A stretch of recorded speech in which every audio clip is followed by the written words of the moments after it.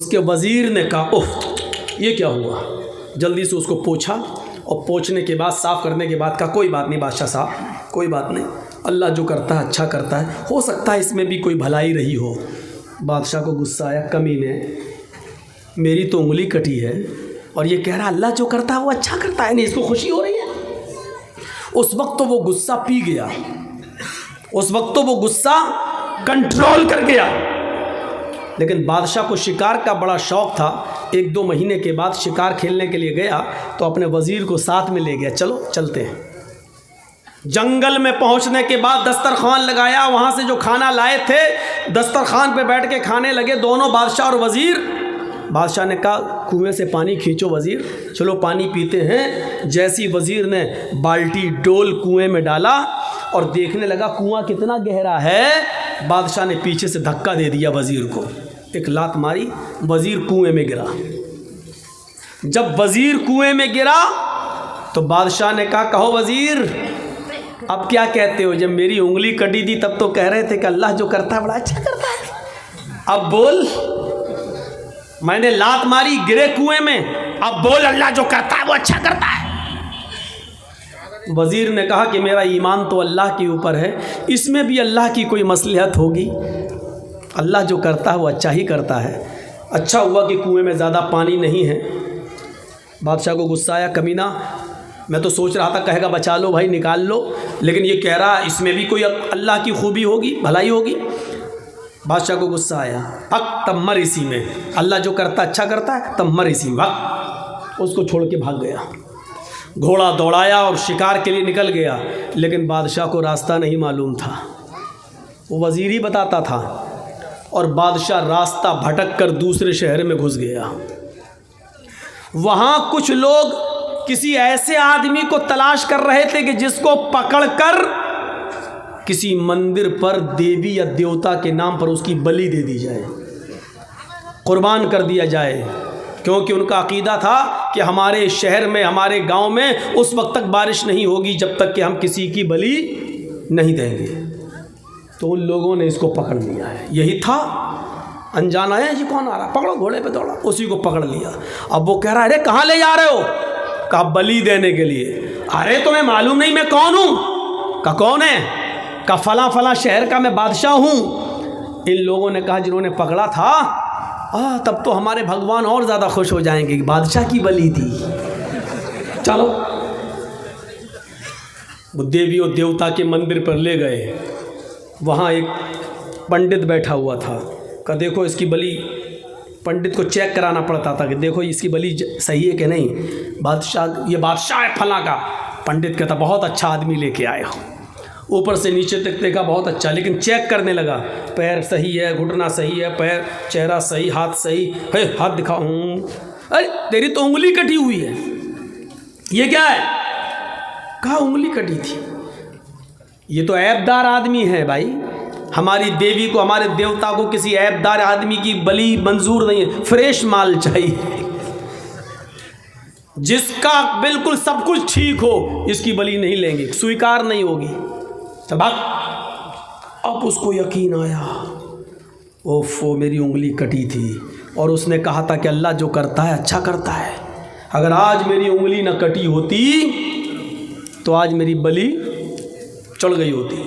وہ بھاگتا ہوا گھوڑا دوڑاتے ہوئے اس کنویں کے پاس آیا اور اپنے وزیر کو کنویں سے نکالا، گلے لگایا کہ وزیر تو نے سچ کہا تھا یار، کہا کیا ہوا، کہا ایسا ایسا معاملہ ہوا، کہا تو میں چھوڑ دیا، کہا انگلی اگر نہ کٹی ہوتی تو آج میں کٹ گیا ہوتا ہے۔ کہا اچھا ایک بات بتا یار، میرے ساتھ تو اللہ نے یہ اچھا کیا کہ انگلی کٹی تھی اس لیے میں بچ گیا، لیکن تجھے جب میں نے کنویں میں پھینکا تو نے کہا اللہ جو کرتا اچھا کرتا، میرے ساتھ بھی کوئی اچھائی ہوئی ہو تو تیرے ساتھ کیا اچھا ہوا؟ اس نے کہا اے بادشاہ ہم تم دونوں گھوم رہے تھے، اور اگر تو نے لات مار کے ہمیں کنویں میں نہ پھینکا ہوتا تو ہم دونوں پکڑے جاتے، تو چھوٹ جاتا کیونکہ تیری انگلی کٹی تھی، میں تو کہیں سے نہیں کٹاتا، فریش تو میں ہی تھا، تو بچ جاتا لیکن میری بلی چڑھ گئی ہوتی، اس لیے تو نے مجھے جو کنویں میں پھینکا میرے ساتھ یہ اچھا ہوا، نہ کنویں میں گرا ہوتا، اگر کنویں میں نہ گرا ہوتا تو دنیا چھوڑ کے جانا پڑتا، میری بلی چڑھ گئی ہوتی۔ تو آپ نے دیکھا بادشاہ کے ساتھ کیا اچھا ہوا، اس کی انگلی کٹی اس لیے بچ گیا، اور اس وزیر کے ساتھ کیا اچھا ہوا کہ اس کو کنویں میں پھینک دیا، نہیں تو وہ بھی جاتا۔ تو اس وقت سمجھ میں نہیں آتا اس میں کیا مصلحت ہے، بعد میں سمجھ میں آتا ہے۔ اللہ نے بارش کیوں برسائی، ہم جائیں گے اس سے حساب کتاب لینے کے لیے؟ دنیا میں کوئی طاقت ہے جو اللہ سے حساب و کتاب لے سکے؟ دنیا میں کوئی پاور ہے جو اللہ رب العالمین سے حساب و کتاب؟ اللہ تو نے بارش کیوں برسائی؟ اللہ میرا بیٹا بیٹا بیٹا، بیٹی مانگ رہا ہوں پھر بھی بیٹا، اللہ بیٹی بیٹی بیٹی پھر بیٹی، میں بیٹا مانگ رہا ہوں 4 بیٹی 1 بیٹا۔ اللہ سے کوئی حساب نہیں مانگ سکتے ہو، وہ چاہے تو بیٹا دے، وہ چاہے تو بیٹی دے، وہ چاہے تو بیٹے ہی بیٹے دے، وہ چاہے تو بیٹیاں ہی بیٹیاں دے، وہ چاہے تو بیٹا اور بیٹی دونوں دے، اور وہ چاہے تو کچھ نہ دے، وہ چاہے تو ہلکی ہلکی بارش کرے، وہ چاہے تو موسلا دھار بارش کرے، وہ چاہے تو آپ کے گاؤں کو اتنی بارش کر دے کہ ندی اور دریاؤں کا پانی لیبل و خطرے کے نشان سے پار ہو کر آپ کے پورے گاؤں کو ڈبو دے، اور ہم سب ڈوب کر بہہ بھی جائیں، تب بھی اللہ سے حساب نہیں لیا جا سکتا کہ تو نے ہمارے گاؤں کو کیوں ڈبو دیا ہے، کیونکہ اللہ کی ذات حساب لینے کے لیے ہے، حساب دینے کے لیے نہیں۔ بارش کیوں ہوئی ہمیں کیا معلوم، لیکن ہمارا ایمان یہ ہونا چاہیے کہ اللہ جو کرتا ہے وہ اچھا کرتا ہے۔ ہو سکتا ہے کہ وہ ہمارے ایمان کا جائزہ لے رہا ہو۔ دیکھیں اس بارش کے اندر کتنے لوگ جلسے میں آتے ہیں اور کتنے نہیں آتے ہیں۔ ہو سکتا ہے کہ وہ یہ دیکھنا چاہتا ہو کہ صحابہ کرام نے تو اپنی قربانیاں میدان جنگ میں دے دیں، دیکھیں یہ لوگ بارش کے چند قطرے ان کے جسموں پر پڑتے ہیں، کہیں ایسا تو نہیں کہ یہ بھاگ جائیں اور قرآن و حدیث کی باتیں بھی نہ سنیں۔ ہو سکتا ہے کہ وہ کچھ بھی امتحان اور آزمائش بھی تو لے سکتا ہے وہ، اور یہ بھی ہو سکتا ہے کہ اسی میں ہماری بھلائی ہو، اسی میں ہماری خیر ہو، اسی میں ہماری بھلائی ہو۔ ہمارے اور آپ کے اختیار میں کچھ نہیں ہے، نہ ہم کسی کو مار سکتے ہیں، نہ ہم کسی کو جلا سکتے ہیں۔ کیسے کہہ رہے ہو مولانا صاحب، معظم پور والوں کا حال نہیں معلوم ہے، روزانہ مارتے ہیں؟ نہیں، یہ تمہاری غلط فہمی ہے۔ مارنے والا اللہ اور جلانے والا بھی اللہ۔ اس کی موت کا وقت آ گیا ہے، بہانہ ہے کہ فلاں نے مار دیا، وہ ایک الگ مسئلہ ہے کہ مارنا چاہیے کہ نہیں مارنا چاہیے، وہ پرانی تقریریں اٹھا کر دیکھ لو اور سن لو، لیکن موت کا وقت اس کا آ چکا تھا۔ سن 1951 کا ایک واقعہ سناتا ہوں آپ کو۔ گورکھپور میں ایک ریلوے اسٹیشن ہے اور چھوٹی لائن گونڈا تک جاتی ہے، گورکھپور سے گونڈا، گونڈا سے گورکھپور، چھوٹی لائن۔ گورکھپور سے ایک ٹرین چل رہی ہے اور اس کو بڑھنی کراس کر کے، تلسی پور کراس کر کے بلرام پور اسٹیشن پر رکنا ہے۔ راپتی ندی کو کراس کر چکی ہے۔ ٹرین کا ڈرائیور مسلمان ہے، غالباً اس کا نام مشتاق ہے۔ سن 1951 کی بات کر رہا ہوں۔ اس نے دیکھا کہ راپتی ندی کو کراس کرنے کے بعد کوئلے والا انجن ہوتا تھا اس زمانے میں، گاڑی چل رہی ہے، ٹرین چل رہی ہے، لیکن اس طرف سے ایک لڑکی بھاگتے ہوئے آ رہی ہے اور وہ ٹرین کی پٹری کے، ٹرین کے سامنے آ کر خودکشی کرنا چاہتی ہے، مرنا چاہتی ہے۔ ٹرین کے ڈرائیور نے اپنی طاقت کے مطابق بریک لگانا شروع کیے اور اس نے بریک لگائے، ہیوی بریک لگائے، پھر بھی بریک لگاتے لگاتے اتنی ہیوی بریک نہیں لگا سکتا تھا کہ ٹرین پٹری کے نیچے سے اتر جائے۔ بریک لگایا، ہیوی بریک لگائے، لیکن ٹرین رکتی ہے جہاں رکتی ہے اس کے اور جو لڑکی لیٹی ہوئی تھی ٹرین کی پٹری کے نیچے، اس کے بیچ ایک بالشت کا فاصلہ رہ گیا۔ ایک بالشت اور اگر ٹرین آگے بڑھ جاتی تو لڑکی مر جاتی۔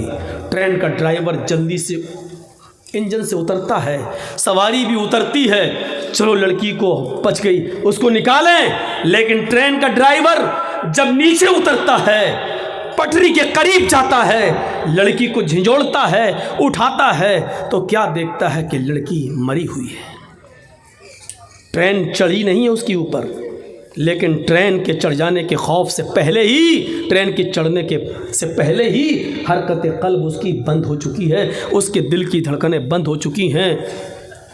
ٹرین کے ڈرائیور سے میڈیا والے انٹرویو لیتے ہیں، اس زمانے کی جو میڈیا تھی، پرنٹ میڈیا، اخبار والی، اس نے کہا کہ میری سروس اس ٹرین کی لائن میں 20 سال ہو چکی ہے، میں 20 سال سے سروس کر رہا ہوں اس ٹرین کے اندر، میں نے اپنی زندگی کے اندر سب سے ہیوی بریک لگائے ہیں، آج تک ایسا ہیوی بریک میں نے نہیں لگایا، میں نے اس لڑکی کو بچانے کے لیے پوری کوشش کی، یہاں تک کہ میں بریک لگانے میں کامیاب بھی ہو گیا، اس لڑکی پر ٹرین نہ چڑھے میں کامیاب بھی ہو گیا، لیکن آج مجھے یقین ہو گیا کہ موت اور زندگی کا مالک کوئی ٹرین ڈرائیور نہیں ہے، بلکہ کسی کی موت اور کسی کی زندگی کا مالک تو اللہ رب العالمین ہے۔ جب اس لڑکی کو موت کے گھاٹ اتارنا ہی تھا، وہ ٹرین سے مرنا چاہتی تھی، لیکن اللہ نے اس کو ٹرین سے کٹنے سے بچا کر اس کو ہارٹ اٹیک سے مار ڈالا، اس کی حرکت قلب بند ہو جاتی ہے اور دل کی دھڑکن بند ہو جاتی ہے۔ تو میرے پیارے ساتھیوں، یہاں سے آپ اندازہ لگائیے کہ آپ کسی کو مارنا چاہ رہے ہیں تو آپ نہیں مار رہے ہیں، اس کا وقت آ گیا ہے، آپ کسی کو بچانا چاہ رہے ہیں، ڈاکٹر لاکھ کوششیں کرنے کے بعد بھی، بچانے کے بعد بھی، وینٹیلیٹر پر رکھنے کے بعد بھی، آکسیجن دینے کے بعد بھی کسی کی جان نہیں بچا پاتا ہے، کیونکہ اس کی موت کا وقت آ جاتا ہے، کیونکہ یہ نظام ہمارا اور آپ کے ہاتھ میں نہیں ہے، یہ اللہ رب العالمین کے ہاتھ میں ہے۔ اگر دنیا میں ہمارے ہاتھ میں اس کا نظام ہوتا تو میرے بھائیو، دنیا میں پھر کسی آدمی کو موت نہیں آتی، پھر اٹل بہاری جی نہیں مرتے، اندرا گاندھی نہیں مرتی، راجیو گاندھی نہیں مرتے، ضیاء الحق نہیں مرتا، شاہ فہد نہیں مرتے۔ میرے بھائیو، موت و زندگی کا نظام یا پوری زندگی کا سسٹم ہمارے اور آپ کے ہاتھ میں نہیں ہے، ہمیں اور آپ کو یہ سوچنا پڑے گا، ایمان اپنا مضبوط کرنا پڑے گا۔ ایمان، ما تشاؤون الا ان یشاء اللہ، ضروری نہیں تم جو چاہو وہ پورا ہو، تمہارا کام صرف محنت کرنا ہے، تمہارا کام صرف آگے بڑھنا ہے، تمہارا کام صرف کوشش کرنا ہے، اس کو پورا کرنا نہ کرنا میرا کام ہے۔ ابراہیم علیہ السلام نے 90 سال تک تبلیغ کی، لوگوں کو ایک اللہ کی طرف بلایا، ایک اللہ کی طرف دعوت دی، لیکن پوری زندگی میں ان کی 90 سال کی پوری زندگی میں ان کی اوپر کوئی ایمان نہیں لایا، ایک شخص بھی ایمان نہیں لایا، تو کیا 90 سال کی ان کی محنت بیکار کر دی جائے گی؟ آپ کہو گے نہیں ان کی بیوی، تو ان کی بیوی تھیں وہ سارہ اور ہاجرہ، رشتہ دار کے علاوہ کوئی ایمان نہیں لایا۔ اسماعیل ان کا بیٹا تھا، اسحاق ان کا بیٹا تھا، لوط علیہ السلام ان کے بھتیجے تھے، لیکن باہر کا کوئی آدمی ان کے اوپر ایمان نہیں لایا۔ تو کیا 90 سال کی محنت بیکار ہو گئی؟ نہیں، ان کو ان کا ثواب ملے گا۔ محنت کرنا آپ کا کام ہے، اس محنت کو پورا کرنا، عملی جامہ پہنانا، اور اس کا رزلٹ اور اس کا نتیجہ وہ ملے جو ہم چاہیں، ایسا نہیں ہو سکتا۔ اللہ کے نبی نے اپنے چچا ابو طالب کے لیے بڑی محنت کی کہ یہ کسی طریقے سے کلمہ پڑھ لیں، یہاں تک کہ آخری وقت میں ان کے پاس پہنچ گئے۔ ابو طالب سے کہنے لگے، چچا میرے کان ہی میں کہہ دو لا الہ الا اللہ، صرف میرے کان میں کہہ دو لا الہ الا اللہ، اللہ تعالیٰ سے میں سفارش کروا لوں گا، اللہ رب العالمین سے میں آپ کی نجات کروا دوں گا، میں آپ کو انشاءاللہ جنت میں لے جاؤں گا۔ ابو طالب تیار بھی ہو گئے، لیکن وہیں ابو جہل بیٹھا ہوا تھا، کہنے لگا کہ آخری وقت میں اپنے باپ دادا کے دین کو چھوڑ دیں گے، کہ آخری وقت میں اپنے باپ دادا کے دھرم کو آپ چھوڑ دیں گے؟ ابو طالب نے کہا، بھتیجے آئے محمد، مجھے اچھا نہیں لگتا ہے کہ میں آخری وقت میں اپنے باپ دادا کا دین چھوڑ دوں، آخری وقت میں چاہتا ہوں کہ میری روح میری جان اسی دھرم پر، اسی مذہب پر نکلے جس پر میرے باپ عبد المطلب کا انتقال ہوا۔ لہذا ابو طالب اسی پر ان کا انتقال ہوتا ہے کہ وہ حالت کفر میں مرتے ہیں۔ پھر اللہ کے نبی نے ایک بار ان کے لیے دعا بھی کی کہ اے چچا، میں جب تک زندہ ہوں آپ کے لیے دعائیں مغفرت کرتا رہوں گا، کیونکہ میرے دین کے کام میں آپ نے بہت زیادہ مدد کی ہے، مجھے سہارا دیا ہے۔ لیکن اللہ تعالیٰ نے منع کر دیا، اے محمد صلی اللہ علیہ وسلم، اگر 70 مرتبہ بھی 70 بار بھی اگر تم اپنے چچا ابو طالب کے لیے دعائیں مغفرت کرو گے تو میں تمہاری دعا کو قبول نہیں کروں گا۔ ان کا انتقال کفر پر ہوا ہے، لہٰذا وہ جہنم میں جائیں گے۔ تو میرے بھائیوں، نبی نے محنت کی لیکن نہیں ایمان لائے، تو یہ ضروری نہیں ہے کہ ہم جو چاہیں وہ پورا ہو۔ ایمان اپنے اندر تازہ کیجئے۔ اللہ تعالیٰ امتحان بھی لیتا ہے، اللہ تعالیٰ آزمائش بھی لیتا ہے۔ کوشش کریے کہ ہم اللہ کی ہر آزمائش میں پورا اتریں، کوشش کیجئے کہ ہم اللہ رب العالمین کی ہر آزمائش کی گھڑی میں ہم پورا اتریں اور موقع نہ دیں۔ اللہ رب العالمین مختلف قسم سے ہمارا امتحان لے سکتا ہے۔ ایمان تازہ کریے۔ ایمان کیا ہے؟ ایمان ایک معاہدہ ہے۔ پڑھیے، قرآن نے کتنی بار کہا الا الذین آمنوا وعملوا الصالحات، الا الذین آمنوا وعملوا الصالحات، ایمان لاؤ اور عمل صالح، ایمان لاؤ اور عمل صالح، ایمان لاؤ اور عمل صالح کرو۔ کتنی جگہ اللہ رب العالمین نے فرمایا۔ ہر مسلمان غور کرے، کیا اس کے پاس ایمان ہے؟ ایمان تو ہے، اب غور کرے کیا وہ عمل صالح بھی کرتا ہے؟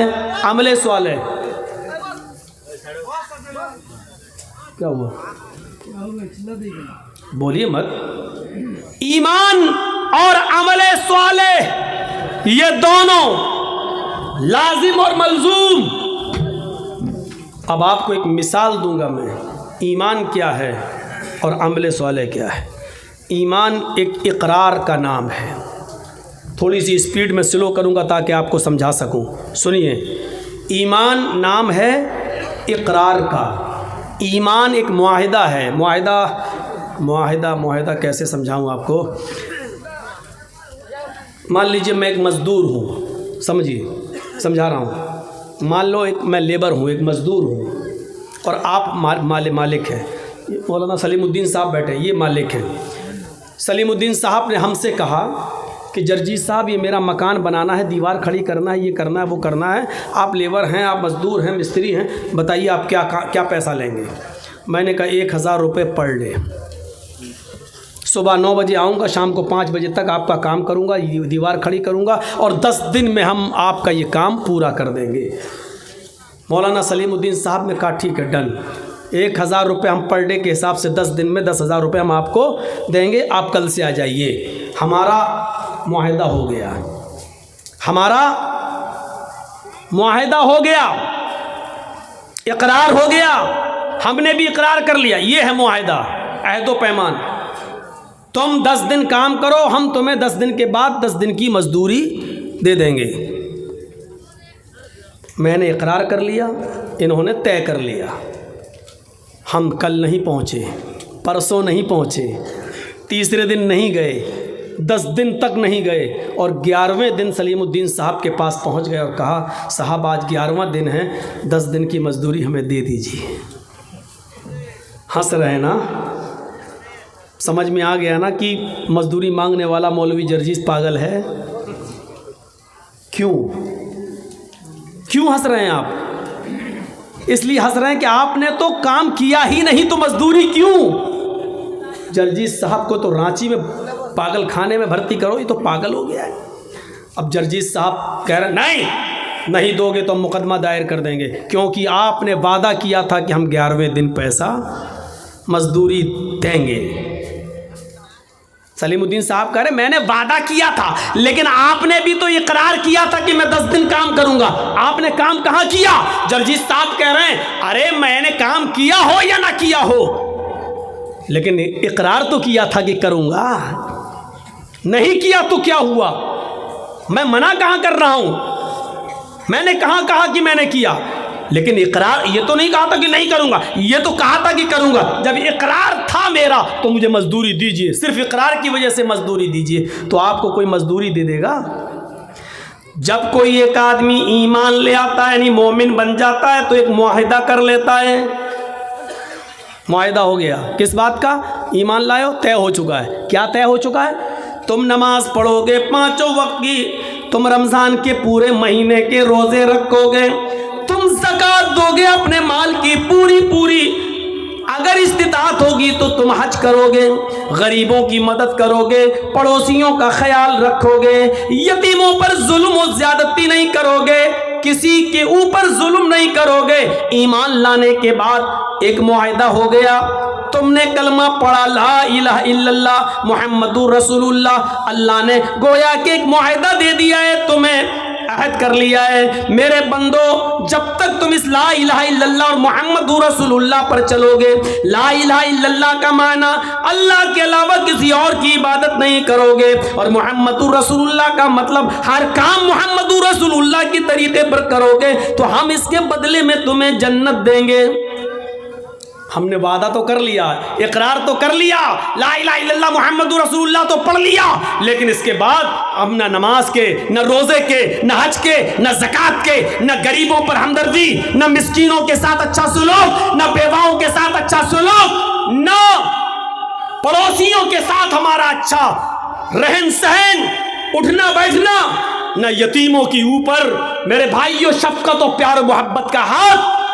ہم ان تمام چیزوں سے دور ہیں اور قیامت کے دن اللہ کے سامنے کھڑے ہو کر کہیں گے اللہ ہم نے کلمہ تو پڑھا تھا، اللہ کہے گا میرے بندے ٹھیک ہے کلمہ پڑھا تھا لا الہ الا اللہ محمد رسول اللہ، لیکن تو نے عمل تو نہیں کیا۔ اللہ عمل نہیں کیا تو کیا ہوا؟ اقرار تو کیا تھا تو ہمیں جنت دے، تو نے کہا تھا کہ لا الہ الا اللہ محمد رسول اللہ جو پڑھے گا اس کو جنت، من قال لا الہ الا اللہ دخل الجنہ، جس نے کہا لا الہ الا اللہ وہ جنت میں جائے گا، یہ تیرے نبی نے کہا تھا جو لا الہ الا اللہ پڑھے گا وہ جنت میں جائے گا۔ اللہ میں نے پڑھا تھا، اللہ کہے گا میرے بندے میرا بھی تو ایک وعدہ تھا کہ تو یہ عمل کرے گا تو جنت میں دوں گا، تو نے صرف میرا وعدہ تو مان لیا لیکن اس کے مطابق تو نے عمل نہیں کیا۔ میرے بھائیوں جب تم اپنے محلے میں، اپنے سماج میں، اپنی سوسائٹی میں بغیر کام کیے ہوئے کسی کو محنت اس کی مزدوری نہیں دے سکتے ہو تو اللہ رب العالمین بغیر عمل کیے ہوئے ہمیں جنت کیسے دے دے گا؟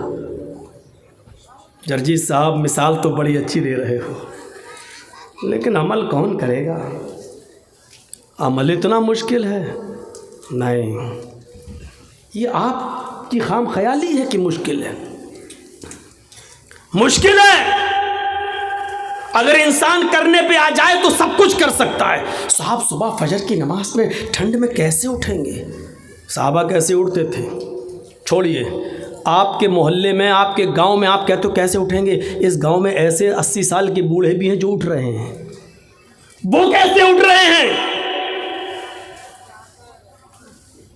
ایک بادشاہ بڑا نمازی تھا، بڑا روزدار تھا، باعمل تھا، تہجد گزار تھا، لیکن بادشاہی بھی بڑی اچھی چلاتا تھا، حکومت بھی بڑی اچھی کرتا تھا، کسی پر ظلم نہیں ہونے دیتا تھا۔ تو ایک مرتبہ ایک فقیر اس کے پاس سے گزرا اور کہنے لگا کہ آپ کے دربار میں شیر اور بکری ایک جگہ کیسے جمع ہو جاتی ہے، میری سمجھ میں نہیں آ جاتا۔ بادشاہ نے کہا میں تمہاری بات کو سمجھا نہیں۔ اس فقیر نے کہا بادشاہ ہو کر تم اللہ کی عبادت بھی کر لیتے ہو، تم نماز بھی پڑھ لیتے ہو، روزہ بھی رکھ لیتے ہو، حج بھی کر لیتے ہو، زکوٰۃ بھی دے لیتے ہو، غریبوں کی فریاد بھی سن لیتے ہو،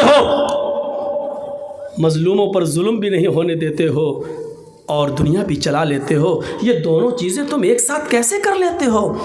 بادشاہ نے کہا دیکھنا چاہتے ہو کہ ہاں؟ کہا 2 جلاد کو بلاؤ۔ 2 جلاد آ گئے، کہا تلوار نکالو، جلادوں نے تلوار نکالی۔ بادشاہ نے اپنے ایک نوکر سے کہا 1 پیالہ پانی لے آؤ، پانی لے آئے۔ اس فقیر سے کہا پانی پکڑ، اس فقیر نے پانی کا پیالہ پکڑا، اور سنو اس فقیر نے پانی کا پیالہ پکڑا، کہا جاؤ پورا شہر اس کو گھما دو، اور اس فقیر سے کہا جاؤ میرے پورے شہر میں میری عوام کو دیکھ لو کہ کیسے وہ عمل کر رہی ہے، کیا کر رہی ہے، کیا نہیں کر رہی ہے، نماز کتنا پڑھ رہی ہے، روزہ کتنا رکھ رہی ہے، ظلم کتنا کر رہی ہے۔ پانی کا پیالہ اپنے ہاتھ میں لو، جاؤ اور دیکھو۔ اور ان دونوں جلادوں سے کہا اگر اس پانی کے پیالے میں سے ایک بوند بھی چھٹک کر زمین پہ گر جائے تو اس فقیر کی گردن کاٹ دینا اور میرے پاس لے آنا۔ فقیر کہتا کم بخت میں نے تو پوچھا تھا کہ کیسے، اس نے تو مجھے مصیبت میں ڈال دیا۔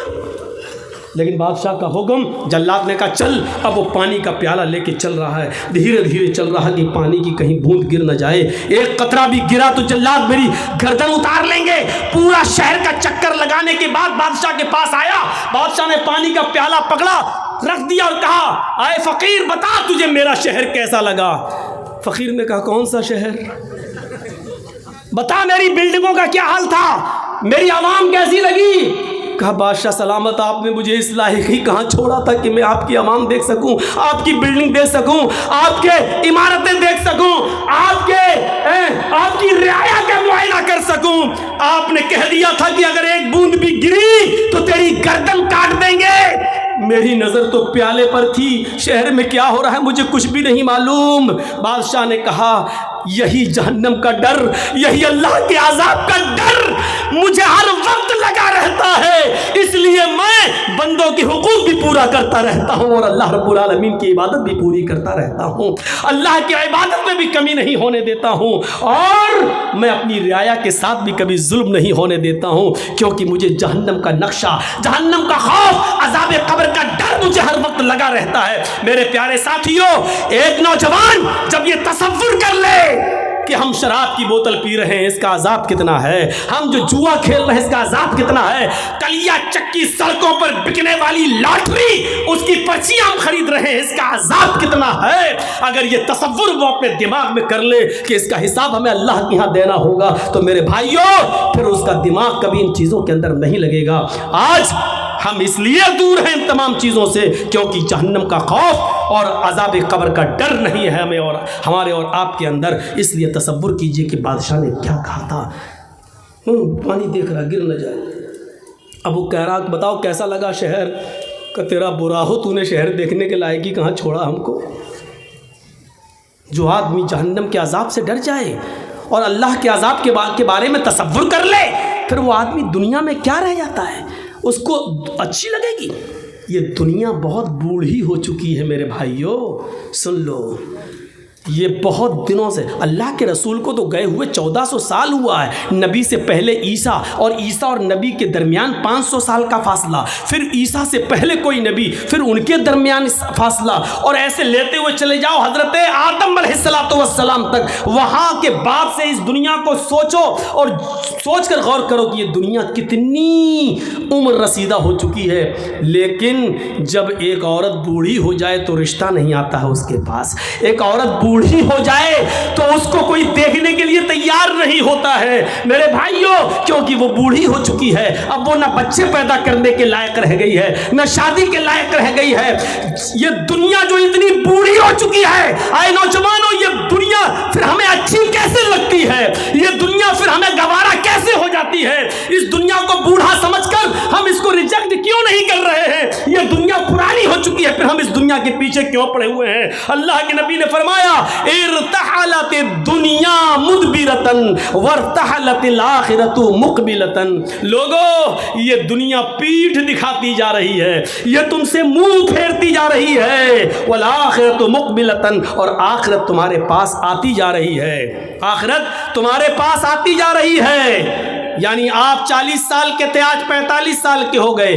دنیا نے تمہیں اتنی سال کے لیے پیٹ دکھا دی ہے، یعنی دنیا نے تمہیں چھوڑ دیا ہے. 45 سال تم دنیا سے دور ہو گئے ہو. والآخرۃ مقبلتن اور آخرت قریب آ رہی ہے، یعنی تم آخرت کے اتنے قریب ہو گئے ہو. 5 سال کے بعد تم 50 سال کے ہو جاؤ گے. دنیا 50 سال تم سے دور ہو جائے گی اور آخرت تم سے اور قریب ہو جائے گی 5 سال. تو کیا کہا؟ ارتحلت الدنیا مدبرتن، دنیا پیٹ دکھا رہی ہے، دنیا تمہیں پیٹ دکھا کر پیچھے کی طرف بھاگ رہی ہے، تمہیں اکیلا چھوڑتی ہوئی جا رہی ہے. والآخرۃ مقبلتن اور آخرت تمہارے قریب آتی جا رہی ہے. اور ان دونوں میں سے ہر ایک کی اولاد ہے، اور ان دونوں میں سے ہر ایک کی اولاد ہے، یعنی دنیا کے بھی بیٹے ہیں اور آخرت کے بھی بیٹے ہیں. دنیا کے بھی بیٹے ہیں اور آخرت کے بھی بیٹے ہیں. کونوا ابناء الآخرہ ولا تکونوا ابناء الدنیا. وہ لوگوں آخرت کی اولاد بنو، دنیا کی اولاد نہیں. لوگوں آخرت کے بیٹے بنو، دنیا کے بیٹے نہیں. لوگوں آخرت کی اولاد بنو، دنیا کی نہیں. یہ وہ دنیا ہے، وہ دنیا جس کا تم بیٹا بننا چاہے تو یہ باپ تمہیں چھوڑ دے گا، لیکن آخرت ایسا باپ ہے تمہارا جو تمہیں ہر حال میں لے کر رہے گا. لیکن وہاں اعمال چلیں گے، وہاں یہ نہیں دیکھا جائے گا کہ تم اوریجنل میں کس کے بیٹے تھے. یہی بات تو اللہ کے نبی جناب محمد رسول اللہ صلی اللہ علیہ وسلم نے کہی تھی. آئے میری بیٹی فاطمہ دنیا میں جو چاہے مجھ سے مانگ لے، دنیا میں جو چاہے مجھ سے لے لے. یا فاطمہ بنت محمد سلینی من مالی ما شئتی انی لا اغنی عنک من اللہ شیئا. اے میری بیٹی دنیا میں جو چاہے مجھ سے لے لے، دنیا میں جو فرمائش کرنا چاہے میں پوری کر دوں گا، لیکن آخرت میں میں تیرے کوئی کام نہیں آؤں گا. ولا اغنی عنک من اللہ شیئا، قیامت کے دن میں تیرے کوئی کام نہیں آؤں گا. یہی تو ہے اللہ تبارک و تعالیٰ نے فرمایا اپنے اعمال کا ذخیرہ لے کر میرے پاس آنا، ورنہ قیامت کا دن ہوگا یوم یفر المرء من اخیہ و امہ و ابیہ و صاحبتہ و